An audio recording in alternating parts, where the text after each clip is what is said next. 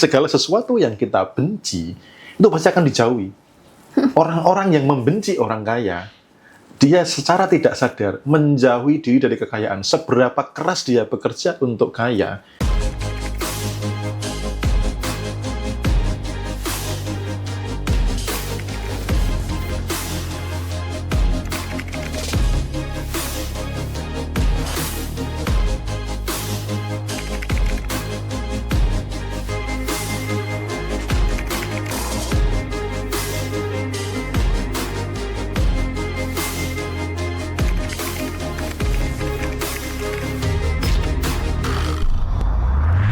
Oke, gitu ya teman-teman semuanya. Nah, next Mas Bimo, pertanyaan berikutnya. Oke. Ada nggak sih Mas emosi atau pola pikir tertentu nih yang justru jadi penghambat utama untuk kita kaya? Kayak iri, dengki, atau sombong gitu? Ya, iri, dengki, sombong gitu, penghambat kekayaan. Contoh sombong ya. Sombong itu bisa menghambat kekayaan. Kenapa? Karena orang sombong itu akan menutup pintu-pintu dari luar. Contoh orang yang merasa sudah pinter gitu ya, dia nggak akan belajar. Orang yang sombong itu akan menutup akses peluang yang masuk. Merasa sudah cukup, merasa sudah punya, merasa sudah pinter, merasa sudah semuanya, dia sudah menutup minimal informasi yang masuk. Gitu loh. Padahal bisa jadi dengan dunia yang berubah begitu cepat, itu harus ada perubahan bagaimana cara menghasilkan income. Nah, orang-orang sombong ini berpotensi untuk tidak mengalami sebuah kekayaan sejati. Yang bahaya adalah sudah miskin tapi sombong. Sombong itu maksudnya apa? Dikasih informasi tidak mau gitu loh. Belajar tidak mau, dinasihati ngeyel itu kan sombong. Gitu loh, apa sih aku kan udah dewasa, ngapain dinasihatin gitu ya. Itu orang-orang sombong. Ya kalau kaya sih agak mending ya. Kadang tuh masih miskin tapi sombong. Terus kemudian iri hati. Iri hati ini kan selalu membandingkan bahwa saya tuh merasa nggak layak kaya gitu loh. Yang layak kaya itu adalah orang lain gitu loh. Kok dia bisa kaya ya, kok aku enggak ya gitu ya. Kok Tuhan nggak adil ya. Itu kan semakin memperkuat energi kekurangan di dalam diri. Lalu kebencian. Nah, ini yang teman-teman kalau nggak hati-hati, misalnya nih tetangga beli kulkas baru, benci, ya kan? Tetangga beli mobil baru, benci. Nah, kalau Anda membenci kekayaan, membenci orang kaya, Anda sebenarnya sedang menjaga jarak dengan kekayaan itu, gitu loh. Contoh nih, Mei misalkan benci sama aku gitu ya, pasti akan jaga jarak kan, nggak mungkin akan deket-deket kan gitu. Nah itu karena apa? Segala sesuatu yang kita benci itu pasti akan dijauhi. Orang-orang yang membenci orang kaya, dia secara tidak sadar menjauhi diri dari kekayaan. Seberapa keras dia bekerja untuk kaya, dia tetap tidak akan pernah kaya. Karena di dalam dirinya membenci kekayaan itu. Membenci orang kaya itu. Maka saya sering mengajarkan gini, berbahagialah, ikutlah berbahagia terhadap kesuksesan orang lain. Oke. Karena di detik yang sama, Anda sedang menarik kesuksesan juga. Artinya apa? Anda memancarkan gitu. Jadi kalau tetangga Anda beli mobil, wah betapa senangnya punya mobil baru, ikutlah berbahagia itu loh. Kalau teman Anda dapat bonus, ikutlah berbahagia. Wah betapa senangnya dapat bonus, motormu baru ya, weh keren, ikut bersyukur, ikut seneng ya gitu. Karena kadang kebanyakan tuh malah gini ya, konco seneng, melu seneng, konco susah tambah seneng gitu. Kadang itu orang-orang yang bermental miskin, sorry ya saya mengamati ya, itu ketika ada orang yang berkelimpahan, dia itu malah susah loh. Lucu kan gitu loh. Kok dia susah gitu loh? Orang mau sekaya berapa, ngapain kamu susah gitu loh. Itu saya mengamati gitu loh. Iya ya, kok ada ya orang yang melihat temennya kaya, dianya malah yang susah gitu loh. Padahal kaya itu nggak ngambil uangnya dia loh.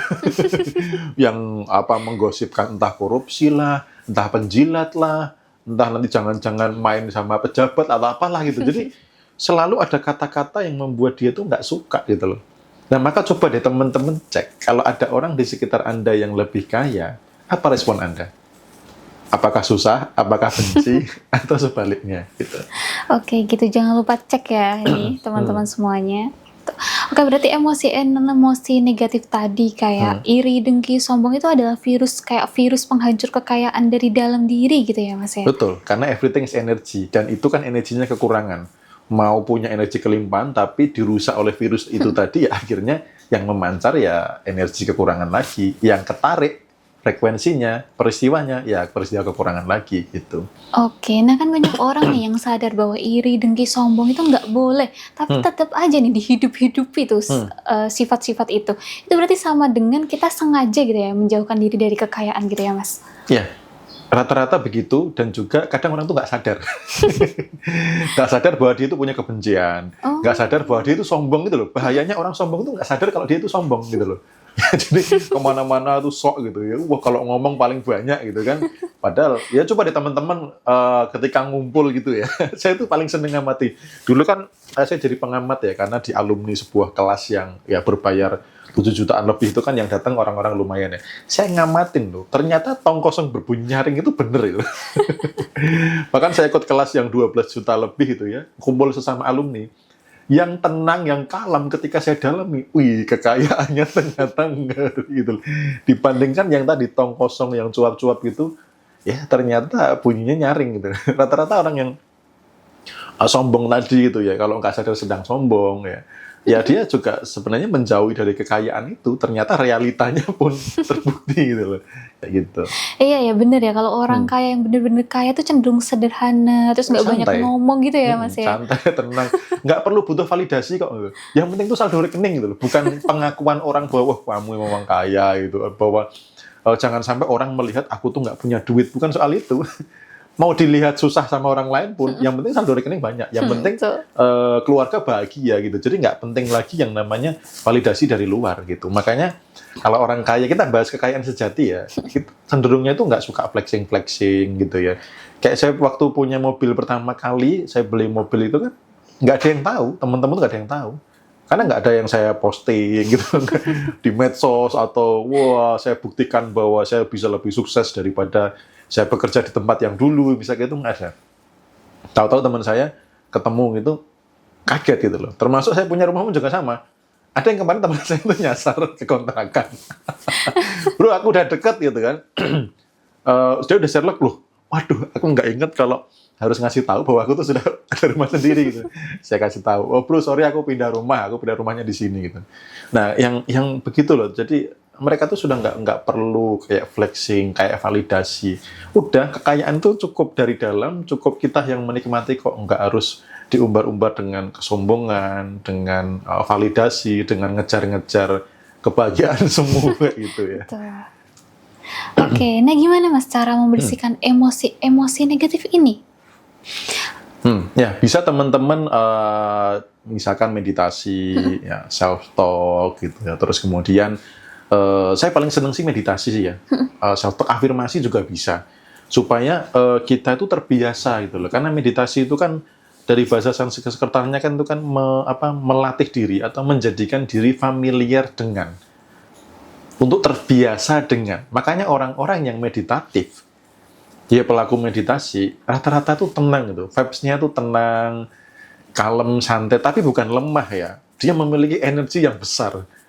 Gitu. Apalagi kalau teman-teman misalkan dari meditasi, teman-teman tahu tentang medan elektromagnetik ya, medan torus di sini, di sekitar tubuh ini yang tadi Mei bilang, misalkan, oh kok Mas Bimo seger dan sebagainya, itu karena dari dalam. Energi yang besar, bisa salah satunya dari meditasi, ya, afirmasi. Bangun tidur, coba deh teman-teman, bangun tidur, paling sederhana bangun tidur dulu deh. Apa perasaan pertama yang muncul? Keluhan, atau misalkan, aduh badan capek, aduh kok mendung, gitu. Nah, dari pagi bisa bangun ya, di Jogja, aduh kok mendung, gitu, malah gerimis. Nah itu ketika diawali dengan keluhan, ada siap-siap sepanjang hari itu narik kekurangan. Tapi kalau bangun pagi, meditasi dulu, syukur dulu, aku sehat, ada udara bersih, terima kasih sudah dibangunkan olehnya, maka hari Anda akan berbeda. Jadi bisa melatih dengan meditasi, dengan self-talk, ngobrol di depan cermin juga bisa, dengan afirmasi juga bisa. Oke, gitu. Tapi berarti jangan lupa rasa yang dipancarkan sehari-hari juga ya, Mas ya? Betul, tepat sekali. Jadi tidak hanya pas meditasi saja, tidak hanya pas self-talk atau afirmasi, tapi rasa sepanjang hari. Nah, ini yang godaannya ya. Godaannya. Dan teman-teman setelah tahu ini, belum tentu 100% langsung berhasil. Oke. Ya, ini butuh latihan.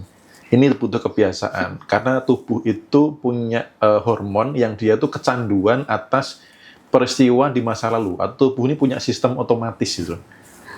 Contoh misalkan nih, ketika ketemu temen itu kan nggak afdol kalau nggak ngeluh. Misalkan contohnya gitu ya. Nah untuk mengubah ketika ketemu temen kalau nggak menginspirasi rasanya ada yang kurang.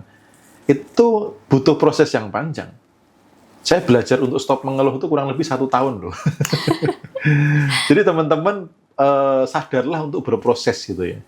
Sadarlah untuk berproses daripada hidup yang menjadi atau terjebak di sistem otomatis masa lalu. Jadi hidup masa depan itu ya pengulangan dari masa lalu aja itu. Tapi karena sudah sadar betul, nah latihan sepanjang hari ini, berkesadaranlah sepanjang hari. Rasa-rasa yang dipancarkan apa kayak gitu. Oke, gitu. Nah, teman-teman semuanya yang punya pertanyaan atau yang lainnya bisa drop di kolom komentar dulu, nanti Mei bacakan.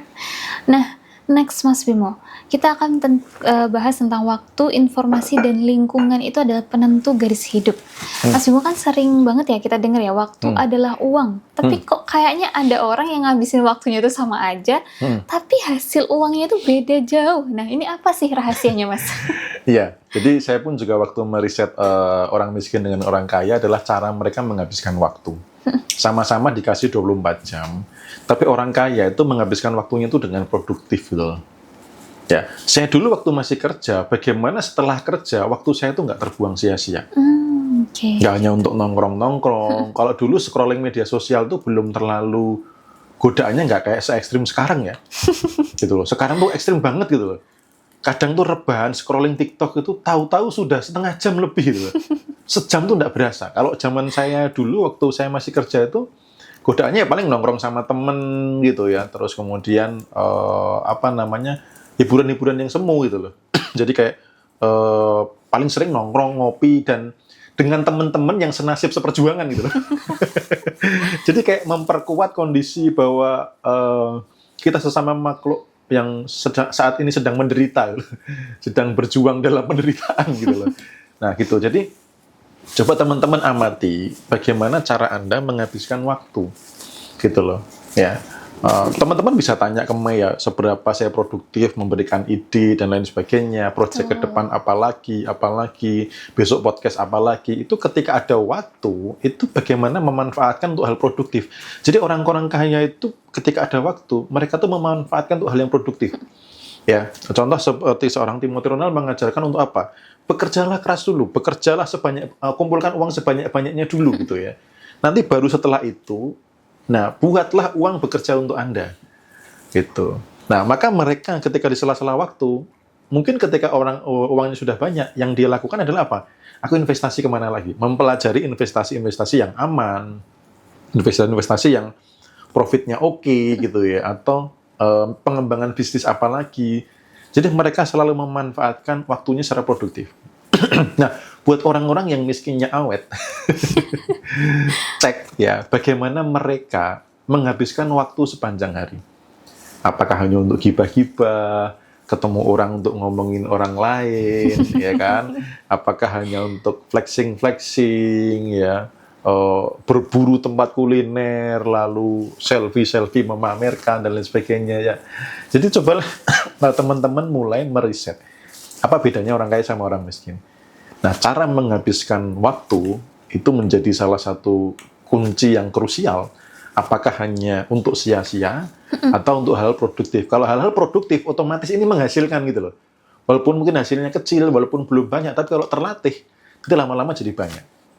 Jadi teman-teman evaluasi ya, sepanjang hari menghabiskan waktu untuk apa? Oke, gitu ya teman-teman, karena mentor kita ya Mas Bimo ini kerja pagi, siang, sore, malam, dini hari pun ya kan, teman-teman masih kerja. Ya nggak sepanjang hari juga, kadang-kadang kalau ya karena menurut saya apa ya, ketika saya sudah tenang gitu, intuisi itu banyak gitu. Jadi nanti langsung bikin karya apa, berapa e-book yang sudah ngantri kayak gitu ya, terus nanti ada kelas baru apa kayak gitu tuh, hal-hal yang produktif. Kemudian ketemu siapa orang yang lebih kaya, sekarang saya sudah mulai masukkan ke jadwal ya. Bagaimana saya bertemu dengan orang yang lebih kaya. Itu penting banget teman-teman. Nanti kita akan bahas juga di langkah-langkahnya. Termasuk kemudian berada di tempat-tempat orang kaya. ini berpengaruh teman-teman, serius. Makanya konten Timothy yang ngopi 80.000 itu kan dibully habis-habisan ya. Tapi pada saat dia bilang begitu, sekarang dia jadi apa? Yang membuli sekarang juga jadi apa gitu. Itu perbedaannya sangat jelas gitu. Jadi nanti kita akan bahas sampai di titik itu. Nah teman-teman sekarang belajar dulu ngamati. Sebenarnya ke diri ya, tapi coba ke orang lain dulu lah, biar kita juga ngamatin juga orang lain. Orang-orang yang miskinnya awet, cek ya, sepanjang hari mereka menghabiskan waktu untuk apa. Gitu. Oke, gitu ya teman-teman semuanya. Nah Mas, lalu soal circle pertemanan ya atau lingkungan teman terdekat, seberapa penting mereka untuk kekayaan kita gitu? Nah, ini mulai masuk kan ya ke circle ya, orang terdekat. Nah, teman-teman itu 5 teman dekatnya apa sih? Siapa sih gitu ya? Nah, saya pun mulai mengamati gitu loh. Saya mengamati saldo rekening saya pun juga akan mengikuti 5 teman terdekat saya loh. Gitu loh. Bahkan banyak kok motivator-motivator lama yang sudah suhu-suhunya kayak Ipo Santosa, Tung Desem Waringin. Saya ikut seminar-seminar pelatihan di MLM gitu ya. Selalu mereka melihat coba 20 teman dekatmu ditulis gitu ya. Saya tulis tuh. Gaji mereka, pemasukan mereka berapa? Oke, saya tulis. Habis itu ditotal di rata-rata. Benarkah itu pemasukanmu? Saya langsung, lah, bener ya gitu. Nah, artinya apa? Kalau pengen nambah rata-rata tadi, berarti kurangilah intensitas ke yang mungkin penghasilannya 0 atau minus malahan ya. Tambahkan orang yang baru yang income-nya lebih besar dari Anda supaya rata-ratanya naik. Kayak gitu. Jadi circle terdekat Anda itu mempengaruhi. Makanya saya pun juga mengamati, saya juga belajar gitu. Iya ya, ternyata teman-teman dekat saya saat ini misalkan gitu ya, ternyata saldo rekeningnya mungkin mirip atau kebanyakan di bawah saya. Nah ini saya langsung kayak teman baru siapa lagi yang harus saya dekati gitu loh. Kayak gitu. Kayak dulu misalkan saya temenan deket banget sama Pak Madiku gitu ya, terus kemudian sama beberapa teman yang asetnya ratusan miliar gitu ya. Nah, maka ketika kita kumpul dengan orang yang lebih kaya, teman-teman bisa memahami itu loh, pola pikirnya, ya kemudian cara mereka melihat peluang, cara mereka mengeksekusi dan lain sebagainya gitu. Jadi teman-teman cek ya circle terdekat. Kemudian ada pertanyaan yang perlu dievaluasi. Teman-teman pastinya harusnya itu kan punya impiannya, punya goals. Tahun ini mau uang berapa, mau income berapa. Kalau yang nggak punya ya saya ikut prihatin aja lah itu. Karena harusnya itu kita punya impian. Nah, sekarang coba teman-teman nilai teman-teman dekat Anda itu mensupport Anda mencapai itu atau justru malah menghambat. Ini harus dievaluasi. Teman dekat Anda saat ini. Kalau mereka menghambat, otomatis ya Anda akan berada di kondisi sekarang yang masih nggak akan kecapai impian gitu loh. Saya pernah di kondisi waktu mau beli kantor, circle saya ternyata bikin down gitu loh. Panik. Gitu loh. Nanti begini, nanti begitu dan lain sebagainya, investasi sebesar itu dan lain sebagainya itu ya. Tapi ketika saya ngumpul dengan orang yang lebih kaya, kamu pasti bisa. Kamu layak, kamu sudah waktunya punya kantor sendiri dan lain sebagainya. Nah, ini jelas perbedaannya ya teman-teman ya. Ketika kita kumpul dengan circle yang menghambat, apalagi udahlah, nggak usah mimpi tinggi-tinggi, bangun tidur itu bisa ngopi sama ngerokok itu sudah surga dunia. Tapi kalau circle Anda tuh mensupport, Anda tuh kayak punya bahan bakar yang nggak habis-habis. Betul. Makanya kalau lagi drop, merasa kayak jenuh, merasa kayak energinya lagi nggak oke, ketemulah orang yang lebih kaya, yang inspiratif. Nanti Anda kayak dapat cas energi yang luar biasa gitu. Oke, nah mungkin kita akan beralih ke teman-teman di TikTok, Mas Bimo. Ada dari Kak Lala, kalau nggak punya teman deket gimana Mas? Tapi pengen kaya. Ya, kalau pengen jangan pakai tapi. Jadi kalau mau kaya, jangan tapi nggak punya teman deket. Okay. Itu yang harus dirubah cara berpikirnya. Berpikirnya adalah bukan pertanyaannya, bukan saya pengen kaya tapi nggak punya teman deket. Itu sama aja kayak Anda mensabotase diri. Pertanyaannya harusnya gini, supaya saya punya teman baru, apa yang harus saya lakukan? Gitu loh, beda ya teman-teman ya. Saya pengen kaya tapi nggak punya teman deket. Bagaimana? Atau pertanyaan diubah, supaya saya punya teman baru yang lebih kaya, bagaimana caranya? Nah, itu yang lebih tepat. Gitu. Salah satu cara yang saya lakukan adalah di dunia digital ini gampang sekali kok. Kita mencari teman. Karena circle terdekat itu tidak selalu duduk di samping kita. Bisa jadi dia terpisah jarak dan waktu karena energi tidak terbatas ruang dan waktu. Jadi teman-teman coba yang sering berinteraksi, lebih tepatnya circle itu. Kalau Anda punya teman yang lebih kaya, seringlah berinteraksi gitu. Nah, kalau belum punya, masuklah sebuah komunitas. Ya, komunitas yang di situ tuh isinya orang-orang kaya. Gitu. Kalau paling cepat gampang itu adalah ikutlah kelas-kelas pengembangan diri yang harganya tinggi. Ya, 7 juta, 10 juta, 12 juta. Ketika saya masuk ke kelas pengembangan diri yang investasinya 12 juta, di dalamnya ketahuan siapa saja kira-kira gitu. Nah, atau kumpulah di komunitas yang mereka sudah peduli pengen berubah gitu loh, atau di situ isinya orang-orang kaya. Ya, nggak harus ketemu offline, digital pun bisa. Tapi kalau bisa ketemu offline itu lebih bagus. Nah, sebelum sampai ke sana, mindset Anda dibenerin dulu. Karena kalau Anda ketemu orang kaya, terus mentalnya masih senang ditraktir gitu ya, terus kemudian ngobrolnya ngeluh, aduh Pak, hidup makin susah, jadi biar berharap dikasihani gitu ya. Nanti mereka nggak akan respect. Saya kasih tahu rahasianya, kalau pengen dapat ilmu dari orang yang lebih kaya, ketika ketemu dia, traktir dia. Karena teman-teman akan dapat 2 keuntungan. 1, vibes Anda akan meningkat. Itu loh miliarder saya traktir. Vibes Anda akan meningkat. Vibrasi Anda meningkat. Yang kedua, kecenderungannya orang kaya kalau sudah ditraktir, ilmunya bocor. Karena mereka tuh nggak suka berhutang.